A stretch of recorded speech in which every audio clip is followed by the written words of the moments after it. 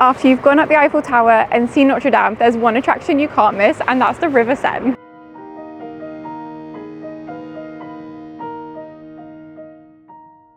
At 777 kilometers in length, it's the 5th longest river in France, and the main attractions of the River Seine are the 2 natural islands which we're approaching now. Of course, the most famous island is Île de la Cité, but we'll go to that next. We're on it now, but we're headed over to Île Saint Louis, which is just next door. This is Pont Saint Louis, and it links Île de la Cité with Île Saint Louis. It's pedestrianised most of the time, and there are some really beautiful views from here, including onto Hôtel de Ville.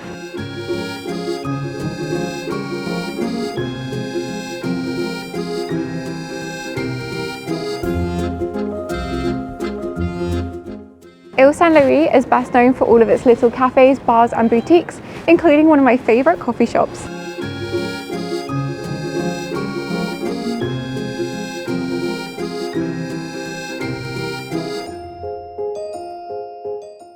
Île Saint Louis hasn't always looked this way, and it hasn't always been filled with Haussmannian architecture. Indeed, during the Middle Ages, this area of land that we're standing on right now was actually comprised of 2 islands, the Île aux Vaches and the Île Notre Dame. All of this changed in 1614 when an architect decided to cut out the canal which separated the 2 islands, which were then pasture land, and transformed it into the beginnings of what we know today.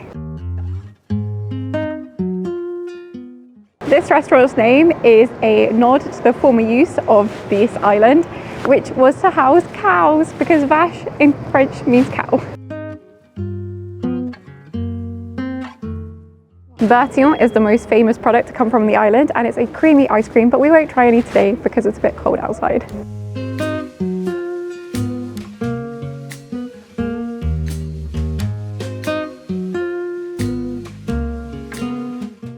The main church on Île Saint Louis is Saint Louis en Île, which was built between 1664 and 1725. Today, it's completely free to visit and wander inside.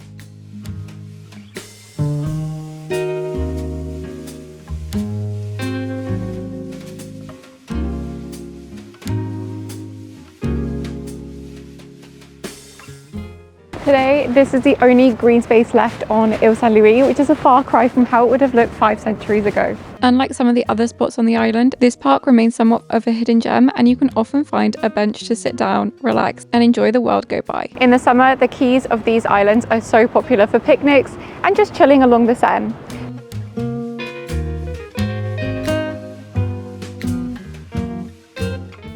Honestly, the best thing about visiting Île Saint Louis is it is much quieter than nearby Île de la Cité, but you can still enjoy river views while walking alongside the Seine. Let's go and check out Île de la Cité now.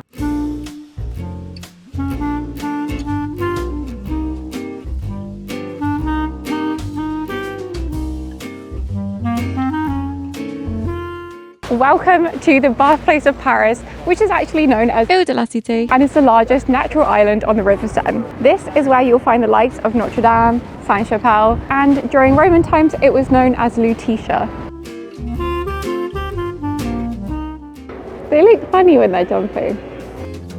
The iconic 12th century Notre Dame Cathedral is the most important thing to see on Île de la Cité, but it's unfortunately closed until at least the end of 2025 due to the terrible fire of April 2019. As well as the main sites to see, such as Notre Dame, as we've just seen, and Sainte-Chapelle, there are a few hidden gems of Île de la Cité which I'd like to draw your attention to.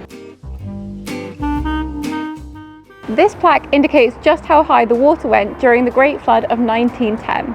This door looks like it's from the Middle Ages, but actually only dates back to 1953. And if we head down this road, then we can discover the history of a really beautiful love story from the Middle Ages, which actually ended well, which is kind of rare for the period. The story goes that during the 13th century, there was a stonemason who lived in the house just behind me, which has now been turned into a restaurant, who worked at the nearby Notre Dame Cathedral. Unfortunately, one day his house fell down. At that time, he had 2 doves, a male dove and a female dove. The male dove had managed to escape the wreckage, but the female dove unfortunately didn't. However, she was without injury, she was just stuck inside. Anyway, the male dove returned every day to come and help his beloved by bringing food and drink. People around saw this and were really touched by the fact that the male dove was still continuing to see his female lover, and so they freed the female dove. This road is now named Rue de la Colombe in honor of the doves, and if we head to number 5, there's another hidden gem worth checking out.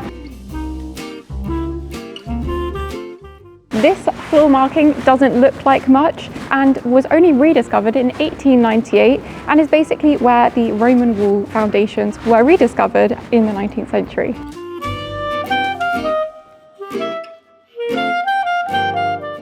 Today, this is one of the most beautiful cafes on Île de la Cité, but it hides a rather macabre story.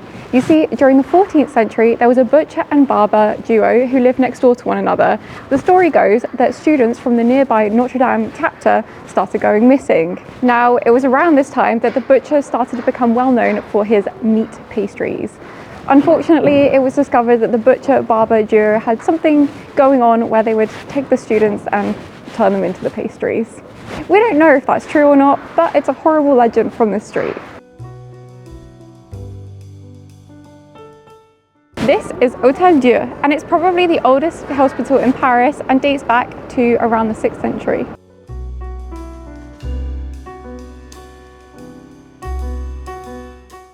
Notre Dame might be closed for the foreseeable future, but you can learn more about its history by heading to the archaeological crypt, or alternatively for free, you can head onto that bandstand to look more at the facade of the cathedral. It's pretty much impossible to get lost in Paris, as there's always signposts to help guide your way.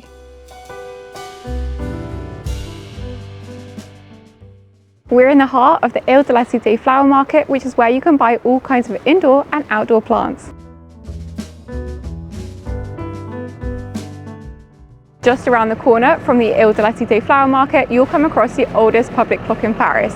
It dates all the way back to the 14th century, though it doesn't really look this way because it was renovated in 2012. The clock is actually on the side of the Conciergerie, which is home to the largest Gothic hall in Europe, and it's also where Marie Antoinette was held as a prisoner during the French Revolution. This is Place Dauphine, and it's one of the prettiest squares in Paris. It's home to bars and cafes, and in the summer months it's really popular with locals who are playing pétanque, which is kind of like boules.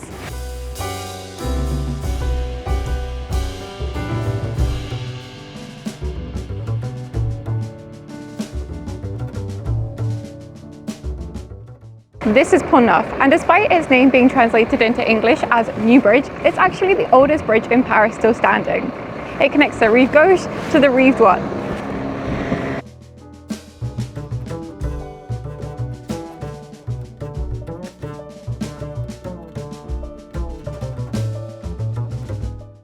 The final island of the Seine is either a half an hour on the RERC, or alternatively, if you want to walk all the way down the River Seine, then it's around an hour and a quarter away. Welcome to the third island that still remains today on the River Seine, and that is Île aux Cygnes, which means the Swan Island. This island is famous for two things, including an Eiffel Tower view and a giant Statue of Liberty, though not quite as large as the one in New York. A quarter-scale replica of the one found in New York, the monument was gifted by the American community in Paris to the people of France just 3 years after the first one was installed on Ellis Island in New York. Île aux Cygnes is considered to be part of the 15th arrondissement and was constructed in 1825 so as to protect the Pont de Grenelle, an unusually long bridge which connects the 15th and 16th arrondissements.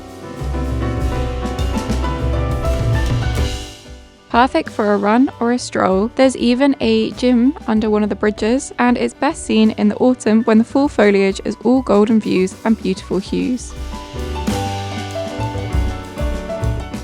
At the very end of the long stretch of island, you'll find Pont de Bir Hakeim. The bridge was built between 1903 and 1905, though it was actually built to replace an earlier 19th century bridge, and is the only bridge of its kind on the Seine. From one corner, you can even enjoy particularly beautiful views of the Eiffel Tower. And if you've made it all the way to the end of the video, thank you so much for watching, and don't forget to like and subscribe for more travel movies. See you next time. Bye!